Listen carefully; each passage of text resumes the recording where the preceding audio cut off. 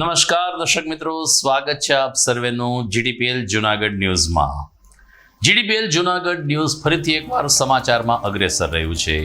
ગઈકાલે મેં દર્શાવ્યું એ રીતે પશ્ચિમ રેલવે દ્વારા સાબરમતી સોમનાથ વંદે ભારત ટ્રેનની જાહેરાત 26મીથી ગુરુવારને બાદ કરતા રોજ આ ટ્રેન દોડશે. 6 કલાકમાં અમદાવાદ સોમનાથ વચ્ચેનું અંતર કાપશે. જુનાગઢ કૃષિ યુનિવર્સિટી ખાતે પ્રાકૃતિક કૃષિ પરિસંવાદમાં ભાગ લેતા રાજ્યપાલ આચાર્ય દેવવ્રત 10 જિલ્લાના ગ્રામસેવક અને અધિકારીઓને આપ્યું માર્ગદર્શન.